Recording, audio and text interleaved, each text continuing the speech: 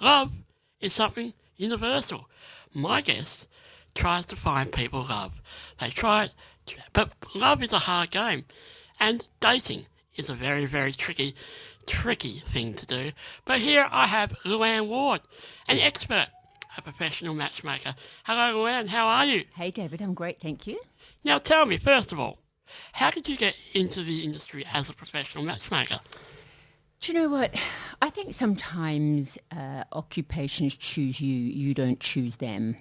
So this was a bit of a calling for me, and I have been doing this since I was 21, actually. So, yeah, back in the days where there was no online dating, there was no apps, and people would either put their ads in the personal columns, or they would go to an introduction agency. And they were really big when I first started in the industry, back in the 90s. They were the early 90s. They were a big thing. There was like 16 of them in Perth. And yeah, I started as a junior in an introduction agency, and then within 2 years I owned my own business. As you know, there are a lot of dating apps on the market, Tinder, I'm not going to name all of them, but there's heaps. How have you found that those sort of apps evolving, and your service have to evolve with that? Okay, well, in any business, this is my third decade in business. If you can't pivot and you can't understand the changing landscape of a business, then you've probably got no business being in business. So you have to be able to evolve. You have to be able to fill the voids in the marketplace, because in the evolution of technology and the digital age, we've got to be aware that if we can't roll with it and understand what the new pain points are, what the new voids are, then you wouldn't survive. And I guess, being able to pivot and being able to change, you also look at the marketplace as well. Of course. Yeah, and I think dating is something very, very personable. So how does when someone looks at your service, contacts you, what is the actual process that actually goes through?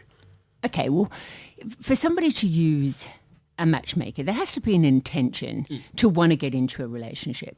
Okay, so if you're using a dating app, there's many different levels of what people use a dating app for. They generally don't use it for friendship. So, you've probably got 5 or 6 different types of people that use dating apps, and you can really identify who they are and what they're doing. But dating apps aren't for everybody. Okay, so there's a lot of people that I work for that are, they need to have their confidentiality protected. They don't want to put their details out in a dating app. They don't have the time to sit there and go through profiles. They don't want to, meet random people that haven't been vetted, that have been, and be catfished, and, there's all sorts of problems. So the people that come to me, they would have an intention to want to have a relationship. And for me, I understand in human nature, we don't pay for anything that we don't value. Exactly. Okay, so if somebody comes along and, I get women come along with their little Prada handbags, and, then I discuss my fees with them, and they're like, oh my gosh, I didn't realise it was going to cost that much. Yeah. And I look at them and think, your handbag's worth more than a relationship. So this is not a high priority to you. So, the idea of paying for something because you place a high value on it. And if somebody places a high value on love and they place a high value on relationships, they're prepared to do what it takes to get to the end goal.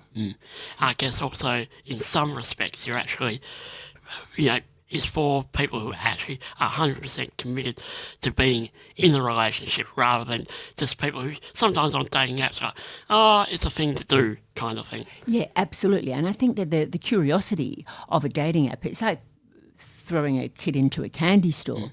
Okay, so when somebody comes out of their marriage, it's very different than somebody that's starting off in their 20s and going onto the dating apps. And if we look at the change in culture, when I was in my 20s, everybody was single. There was no problems meeting people. You'd have no problems meeting people. I have never used a dating app to meet people. So it's, it depends how you're brought up. And I think that these days people go onto the dating app rather than having their social confidence. They're losing their social skills, but that's probably a different question. Yeah. So if somebody's been married for a long time, they've been married for 25, 30 years, and all of a sudden they become single and they do what everybody does. Hey, get on Tinder, get on Bumble, get on, Hinge. Whatever, yeah. And they get on, and all of a sudden they've got that instant dopamine rush of people swiping and giving them validation, and they might not have been getting validation and compliments and things in their marriage. So it is like going to the candy store. And when somebody first becomes single, if you said to them, just go on that dating app and just pick one person and that's all you're ever allowed to meet, well, they probably would. But just like visiting the candy store, how out of all those candies are you just going to pick one until you decide which one's your favourite? You want to try them all. And so this created a vicious cycle that never ends. And just going back onto one point that you kind of just very gently touched on, people's confidence. I suppose in that digital space, people get judged very, very harshly, online. And a lot of those online apps, it's all about kind of like you swipe as basically on looks a lot of the time rather than personality. And so how do you instill, when you're doing your matchmaking, the person's confidence levels, the person's personality? How do you match those up? Okay, so when someone comes to me, I'm able to identify where they are on the dating journey. Okay, so I'll usually get them at the beginning of the dating journey or the end of the dating journey. And what I mean by that is if somebody becomes single and they know that their dating apps are not for them, they know that they don't want to be a number in a dating app. Okay, so they place themselves as a higher value. So these people can't be dated by everyone. They recognise that, hey, I'm high value. If I put myself on the dating app, it's like throwing chips to a seagull. So when they come to me, I'm going to figure out where they are. So they're at the start of the journey and they're very open and they're curious and they're ready to meet somebody. Sometimes, though, people think that they're ready, but there's a lot of past pain there that needs to be worked through. So most of my packages come with some mentoring and coaching, which I like to embark on first before they start on the journey. If they're mentally ready. Yep, so that they're emotionally ready, and that those scars that they have from their past, and we all have them, are not going to impact their journey. Otherwise, I get people at the end of the journey where they've gone out on dating apps, they've met a whole pile of people, they've got ghosted, catfished, breadcrumbed, benched, the whole works, gaslighted. They go, right, this isn't for me, and they go off. I'm just going to meet someone organically. And 3 or 4 months later, they haven't met anybody organically, so they go back on the dating app and they say, oh, maybe it was just that app. Maybe I'll just join another app. But this time around, they have a new strategy. I'll just join all the apps. Now what they've done is they've reduced their value even further because you can get this person anywhere. Why would you want something that everybody else can have?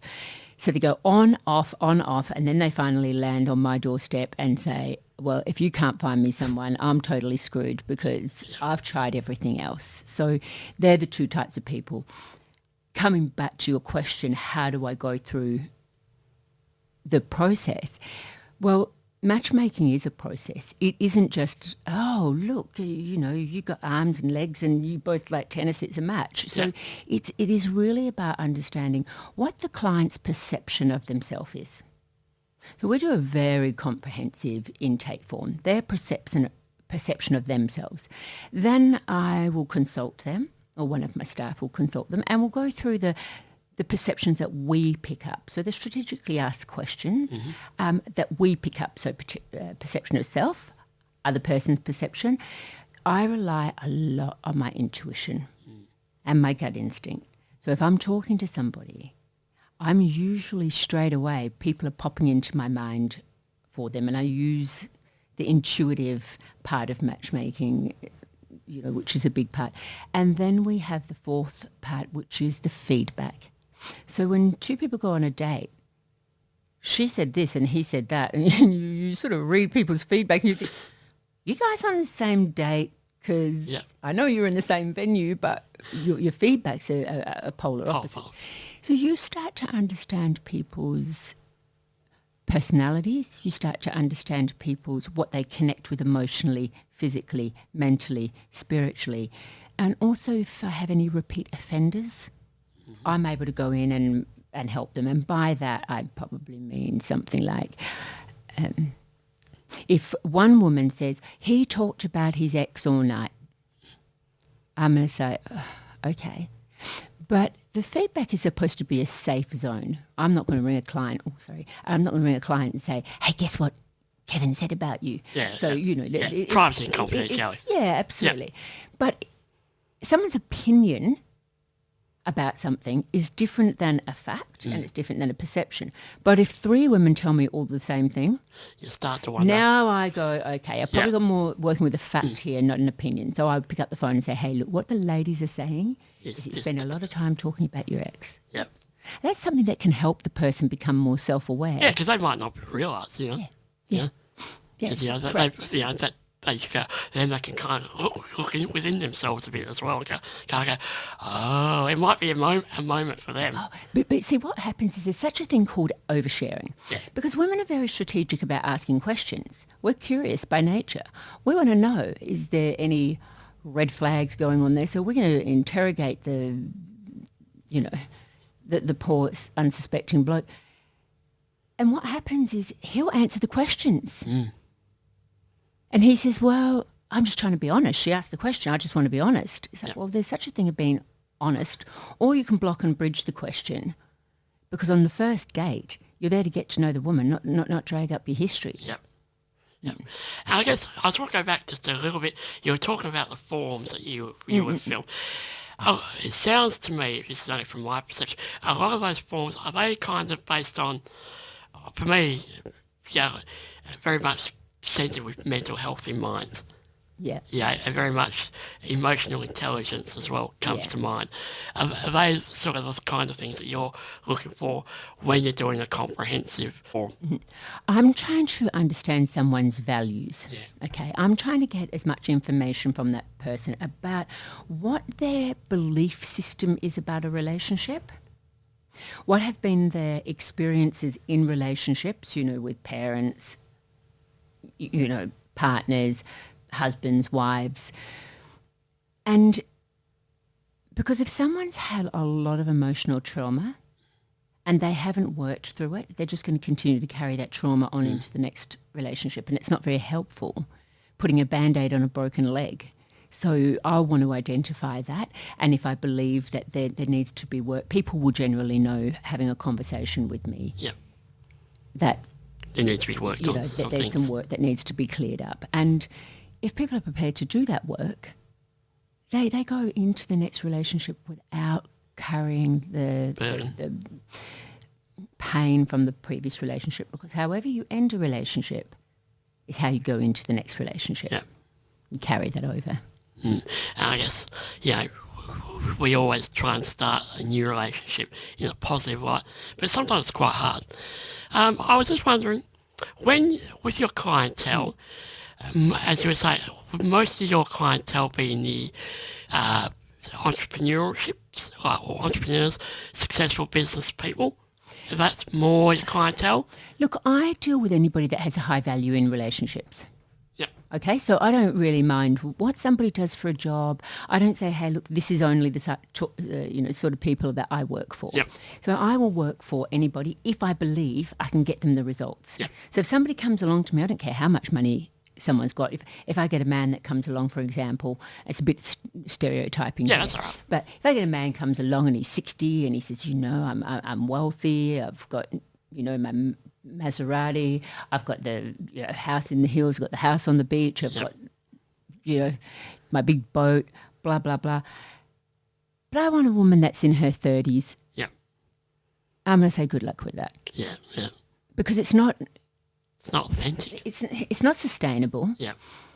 You want, and I don't think that there's anything necessarily wrong with that, because you have a fair exchange. She's bringing youth and beauty, and he's bringing finances and stability. So they're both bringing different things to the market. It's just not to the table in that relationship. It's just not my market of people. That's what seeking arrangements is. How do you define love? I know it's a huge question, but how do you define love? What is love? Okay. Yeah, it's a big one. Well, love's a choice. Let's make no mistake about that. We might fall in love by chance, but we stay in love by choice. We also choose love by every action we take. Okay, so we choose to go on a date with that person. We choose to have a second date with that person. We choose to have a third date. We choose to make love to that person. We choose to be intimate. We choose to move in. We choose to give our love. We are free to give our love to whoever we want to give our love to. But there's a problem in society is that people forget the essence of love is giving. It's not going, I'm giving but I need to take as well. So if you want to define love, well, it's not an emotion. We know that because we can't read love on someone's face.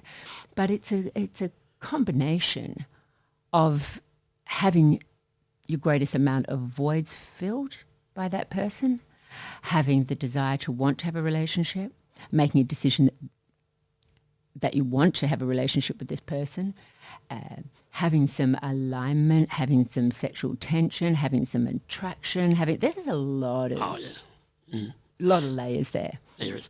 Now, with your agency, when someone comes to see you and says, "Hey, look, I'm looking for love," are there some things in your service that do you actually give relationship advice? The do's and don'ts of doing on dating to each person. Absolutely. Look, I'm not in the business of customer retention. Yeah. Okay, so this is a very unique business. I'm trying to strategize quick as I can, get you out the door. Yeah. Then you're happy, he's happy, she's happy, I'm happy, we all win. So I want to give as much support to my clients to make their journey as successful as it can be, and for them to stop stop making the same mistakes and to break their habits, which people have them. I don't want to meet that guy. He's only 5'9" and I like 6 foot. Yeah. Well, I'm sorry. Those 3 extra inches, 5 extra inches, 6 inches, that's not going to keep a relationship together. Yeah. So if I can't break down people's BS, then I won't work with them. Yeah. And you made a great example there with the 5'9". Do you find some people are, things like that are a bit petty? Yeah. Look, I think that we're trying to create a love story, not a life story. We're trying to create a Hollywood fantasy. And I have a theory that you've got about 80% of the women that want to date 10% of men. Okay, and so these 10% of men, can we guess what they are? Tall, dark, handsome, they're successful. 6 foot, big muscles. Yeah, big muscles. They're fun and they're friendly and they've got a great sense of humour, but they're a family man. It's like, I'm sorry, those type of men, and let's say we've got 10% of those men that exist in society. Well, half of them are gay, so that takes out half of that market. You've got a very small percentage. And these men can have their choice out of any woman. Why would they settle for one when they don't have to? So they're the perpetual bachelors. They're the guys that will they're either in relationships because they have secure attachment styles, or they'll have many mini relationships. So they will not just date and have a one-night stand. They'll get into short relationships. Might be a year, might be 3 months, 5 months. And they're the ones that kind of give the rest of men a bad rap on dating apps, because women think, men, they only want to do this and do that and do that. But I'm sorry, that's about the men that you're choosing. Because a nice guy shouldn't come last. Yeah. And how do you think, as you said at the start of the program, you've been doing this for a long, long time. How has dating evolved from back then to now. I know you said, a lot of it, with personal ads and things like that, so that was probably one starting point. But how has people's even, not just those sort of things, but people's relationships today, people's, perceptions? People used to go out on a date, like you would go out on a date and you would be on that date trying to find out all the things you like about that person. Now people go out and date and look for all the things they don't like about that person. Yep. Okay. Big faults. Yep. Yep. So they're just looking for red flags, red flags, red flags. Okay. And the red flags are the red flag if you really want to know the truth. Anyone that's giving me feedback that they've identified red flags on a first date, I think, oh, seriously. Yeah. Why would you even be looking for red flags on a first date? Yeah. You should be looking at the things that you enjoy about that person, things that you like about that person, the reasons that you should take another date, not the reasons that you shouldn't. And this is what happens is we're looking for this perfect person. And everybody says, oh, no, I know that there's no such thing as a perfect person. It's like, well, that's a lie, because you're still looking for something that doesn't exist. And digital dating has changed the way that we connect with people. It'll never change the way that we fall in love. No. Technology won't change how we biologically fall in love, but it has changed the way we meet, it's changed the way we communicate, and it's changed the way we, get into a relationship. It also probably changed the way we think about relationships as well. It's just that people are very disposable. Yeah. Because, I think, do you think that is a bit of a blight on society today? Mm-hmm. Say that. Do you think it's a bit of a blight on how we see ourselves in society today, that we're always, looking at our phone? And, Look, it's a... You miss so much of what's going on when you take your phone everywhere. Yeah. If you're going to buy your morning coffee, leave your phone in the car. Yeah. Talk to people in the coffee shop while you're standing in line. I mean, there's a million ways that you can interact with people. We don't interact with people anymore. Men that are confident, even, they will approach women to a certain degree, but a woman's still got to give the man a cue. Yep. You have to pick the man and give him permission to pursue you, just like they did for centuries. Yeah. The woman would drop her hanky in front of the man, and he would pick it up, and she was giving him permission to flirt with her, to court her. Mm-hmm. And we don't do that anymore. Women are too unapproachable. They're too busy on their phones, busy talking to their friends, busy. And so men don't feel that they can approach them anymore. Mm. And do you think, with the approach, have we lost the art of doing that? Have we lost the art of courting? Absolutely. Yep. And everything that we do, let's not make any mistake about it, David, everything's a learnt skill. Mm. If you don't learn the skill, how do you expect to be good at it? Now, we were naturally better at it when we didn't have technology. Mm. Now you've got people that are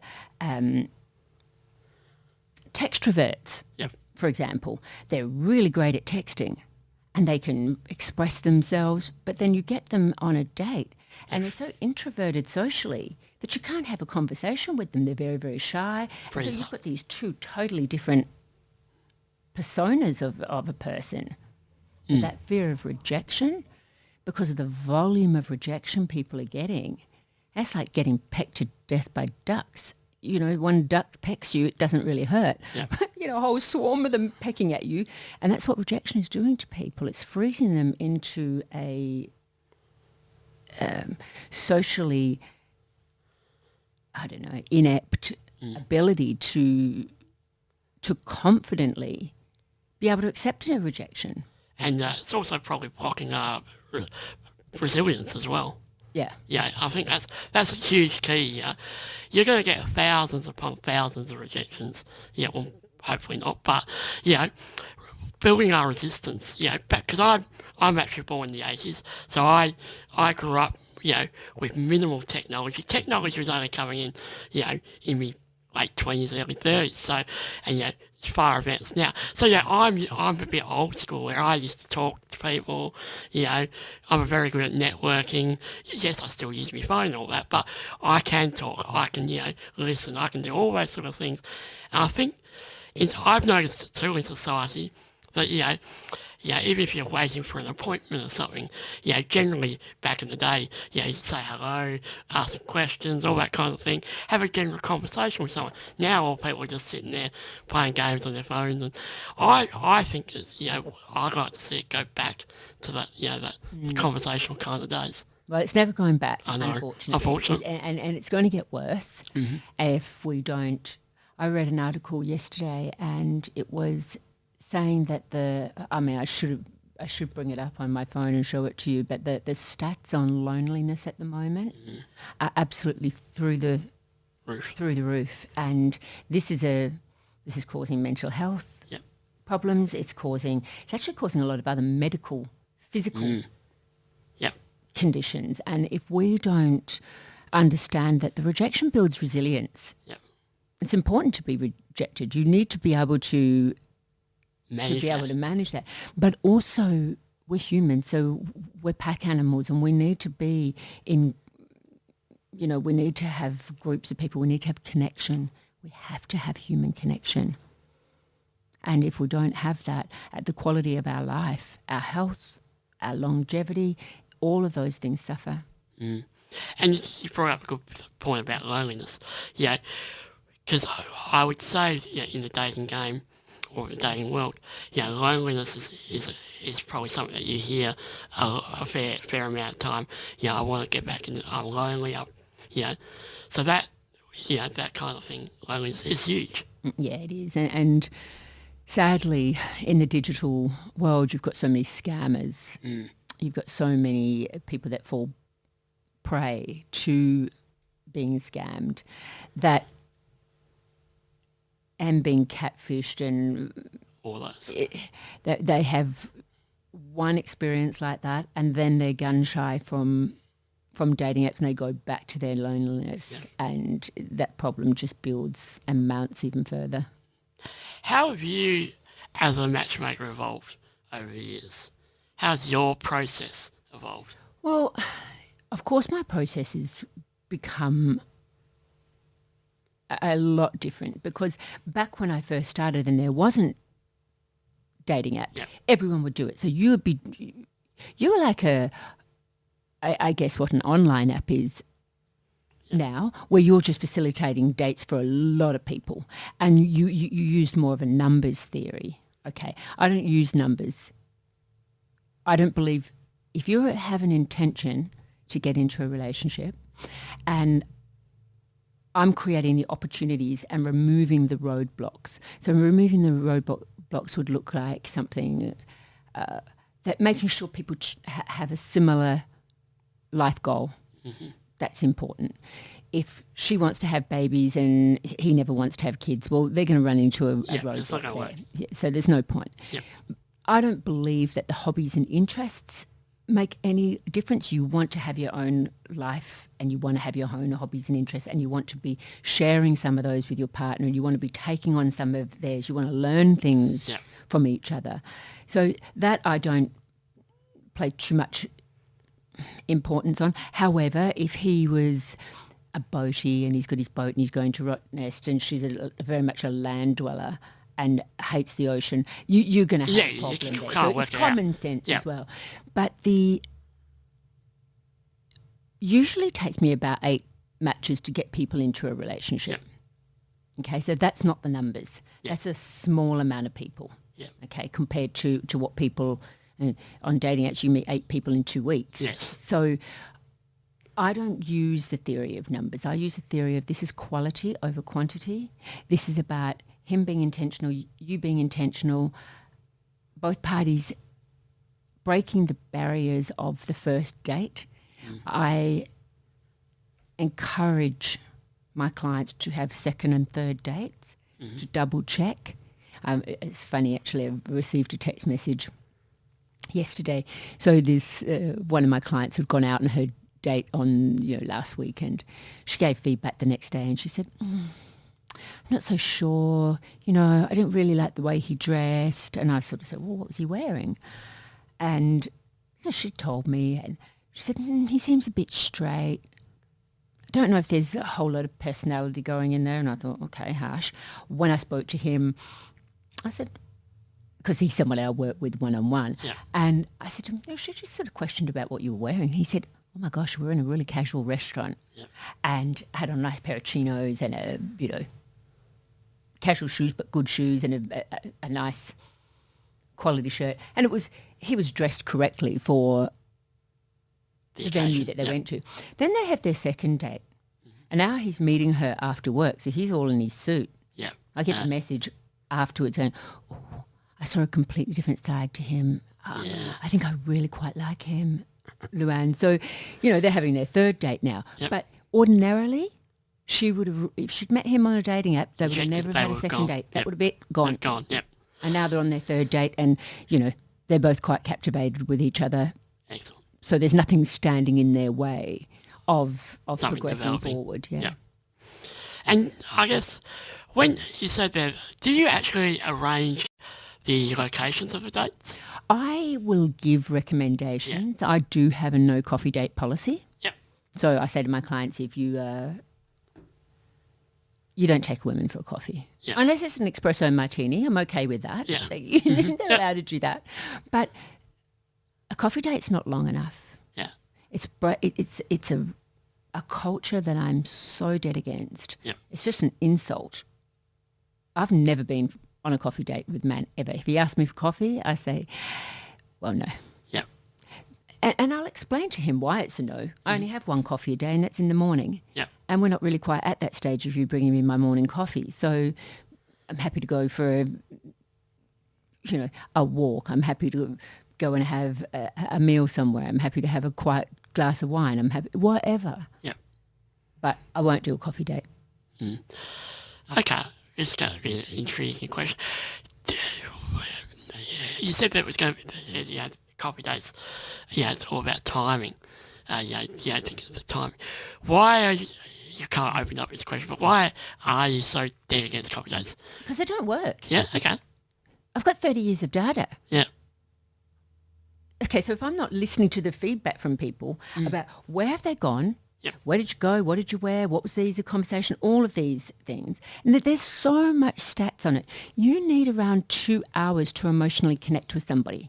You can't have coffee for 2 hours. No. You have your cup of coffee. Nobody's drinking back-to-back coffee. Yep. There's too much noise and activity. People coming, people going. Yep.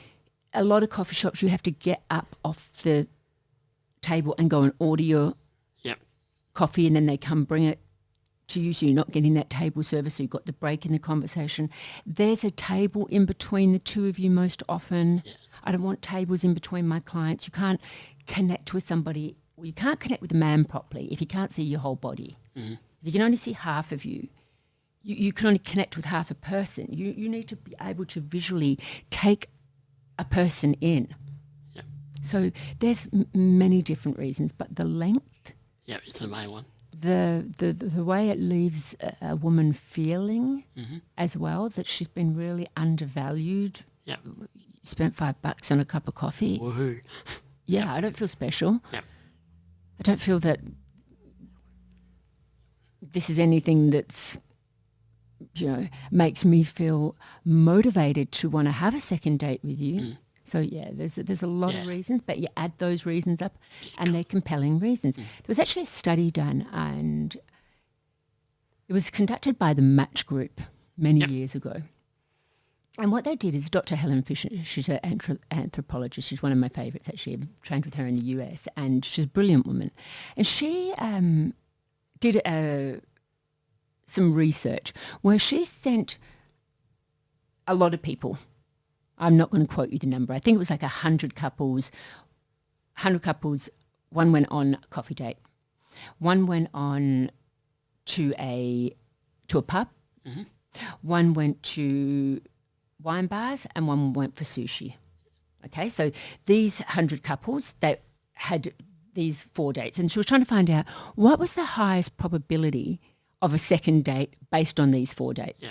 So I gave it away because we know coffee's not the answer. Yeah. But out of those dates, which ones what one do you think was the... I would probably go with the wine bar. No. Okay. That was third. Okay. No, that was second. Okay, all right. Okay. The first one was sushi. Sushi. The reason being, if you think about sushi, which, and this study was in America. So in America, most of your sushi bars you're sitting side by side. Yeah. Okay, so first of all, you're side by side. You're not opposite each other with any blocks. Yeah. Secondly, you're sharing food. You're having a shared experience. You're sharing food.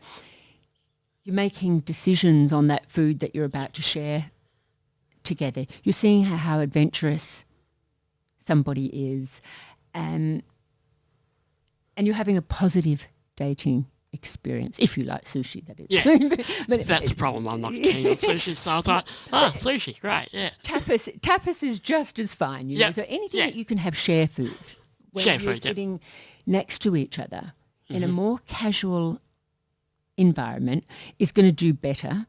So we've got to listen to those kind of stats. Sorry. That's right.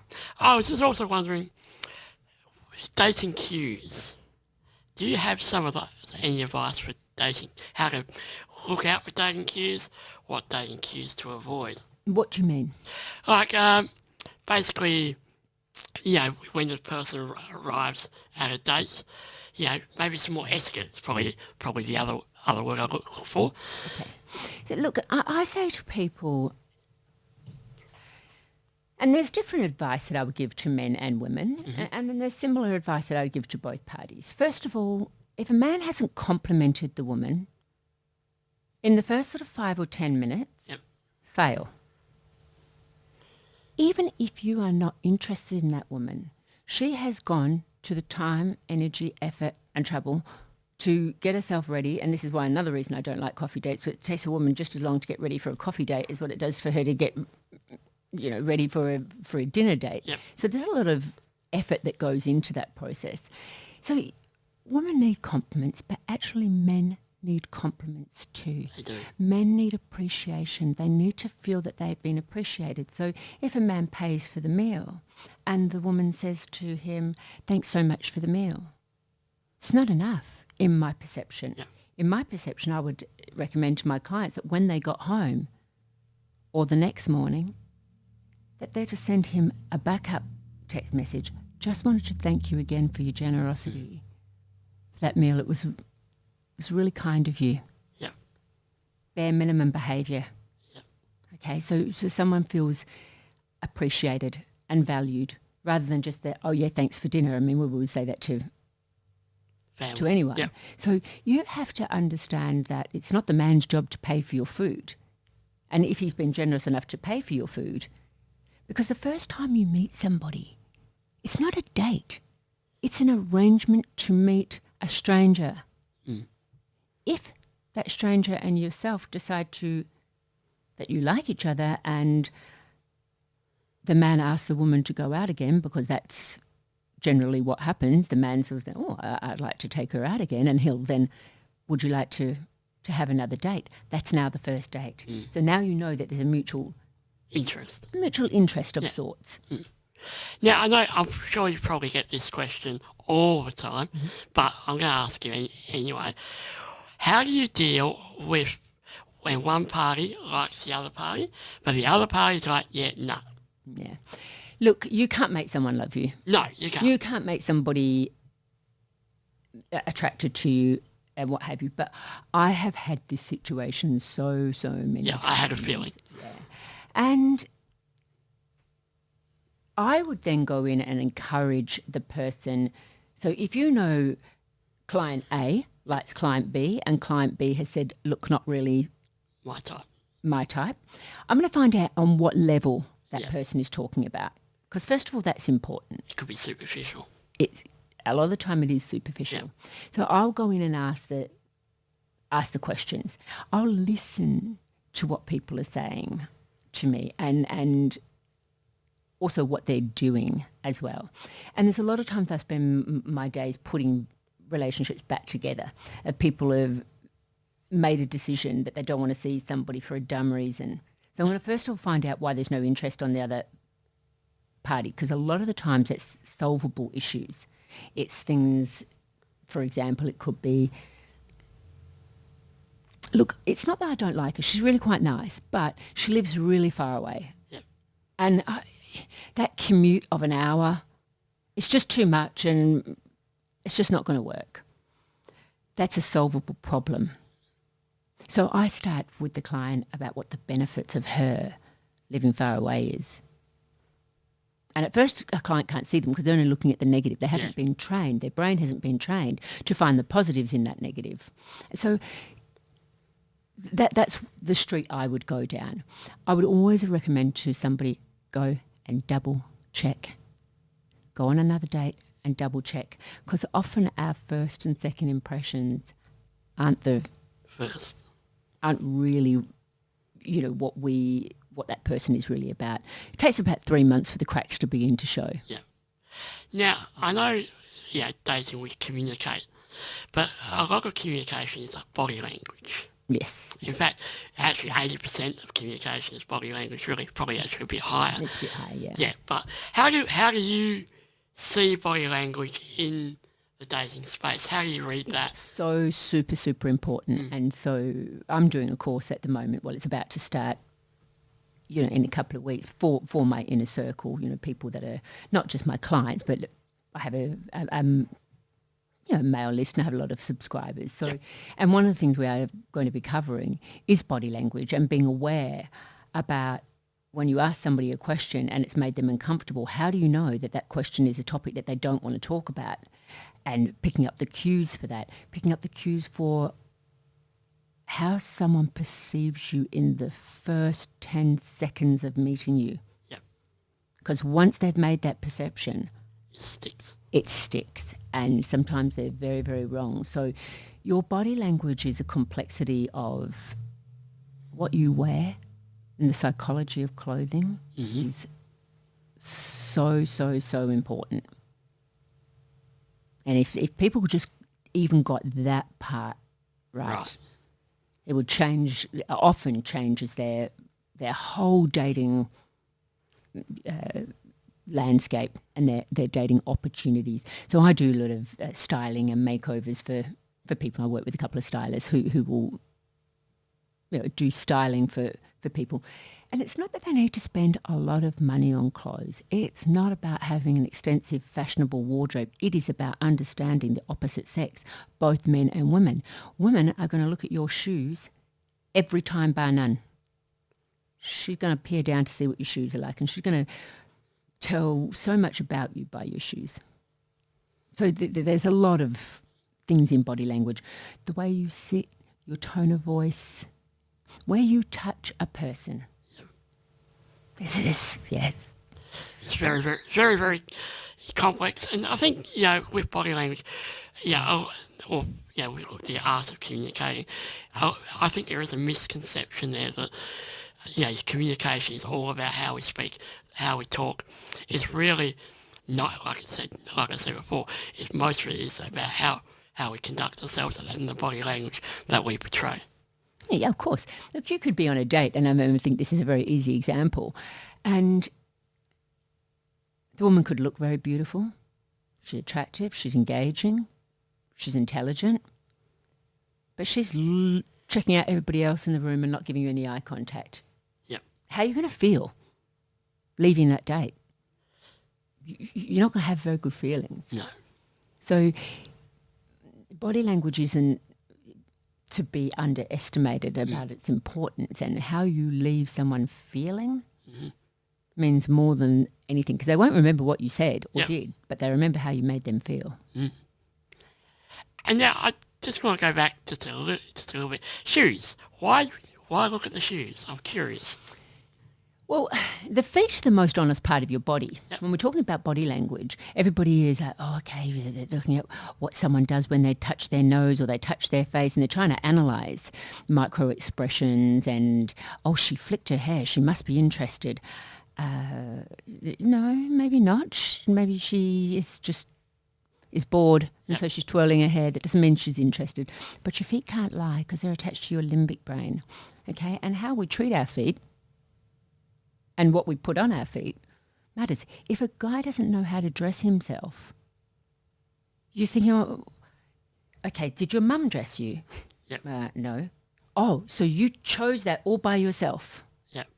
And if he doesn't care enough to put in the effort to impress the lady, she's going to assume this isn't important to him. Simple. Yeah. And how you are in the industry, like I said before, that you want to get people out of your books. Yeah. You know, which is quite unusual. A lot of people, most industries want to keep you in the books. Yeah. So it's a little bit different. How do you, is success for you defined by that, by the amount of people that you've actually taken off your books, or is there other ways of measuring your success? Well, yes, that's a really great question. What is success? Is success having the grand prize? Because that's what we're going for. Yeah. We're going for the grand prize. But everybody that goes through the process ends up learning, growing, having more confidence, because along the way, I encourage my clients to do different things. Well, first of all, break up with the apps. You don't need them. But you can use them. If you're going to use them, you've got to get good at using them. So sometimes I will take people through a process, because I have my coaching practice and my matchmaking. So like I said, I like to combine them both, but some people I specifically just coach with. And so I make dating strategies for them, and I'd make a whole strategy based on their personality, where they should go to meet people, how would they go and approach somebody, what would they say to somebody. So how can it not be successful when you have just had a big upgrade on the way that you date? That in itself is a success. But when two people put their file on hold and they begin that journey, I mean, that's my ultimate success. And so if I'm working directly with a client, I have about an 80% success rate in matching them. So it's quite high. Yep. And, okay, if it's 80%, obviously I'm not a great mathematician, but I can work this one out. 20% of your clients, unfortunately, aren't successful. Why do you think those 20... Well, I would never say that they aren't successful. Yep. Sometimes it's luck. Yeah. Right place, right time. Sometimes there's an inability to own their own proverbials. Sometimes the way they date is... And I think really one of the largest problems is the expectation and the unrealistic expectation. But I try to choose people when I'm onboarding. If I think someone's got unrealistic expectations, I generally won't take them on. But sometimes it is luck. I work as a headhunter as well as a matchmaker. So a matchmaker has to be a headhunter. Yeah. I'm always looking for somebody for my clients. So if I haven't got somebody in the database, I'll look outside the database. But once somebody is in my database, they're in forever. Yeah. So I will often, if I'm looking for a match for a client, I will not leave any rock unturned. So sometimes a client might have used my services and their membership expired, and I might call them a year later saying, hey, look, I've got somebody I want you to meet. And that's... bang, that's the person for them. Yeah. And that's not uncommon to happen. So I don't know the time frame of when that relationship is going to emerge for you. And I have a theory that you have to get ready to be ready. Okay, so get ready to be ready for that love to come into your life, because if you're not ready for it, and when it comes, sometimes it's like the express train in peak hour. If you are not ready to get on it, it is gone before you can buy. And I think it goes back a little bit to our point about being ready. Sometimes that person at that particular time might just not be ready for to be in love or to be totally committed to the dating world as well. So that's true, and I think a lot of the times if you're dating someone and then you give them the excuse that says, look, I'm just not ready. Yeah. I just don't think they're not interested in you. Yeah. That's a very, very simple thing. But somebody might think they're ready. And then they start dating and they're comparing every person to their ex. Yeah. They're comparing, they haven't done the internal work. Yeah. You have to clean your backyard before you can ask somebody else to come and Be in it. be in it. Yeah. All right, Louanne Ward, thank you so much.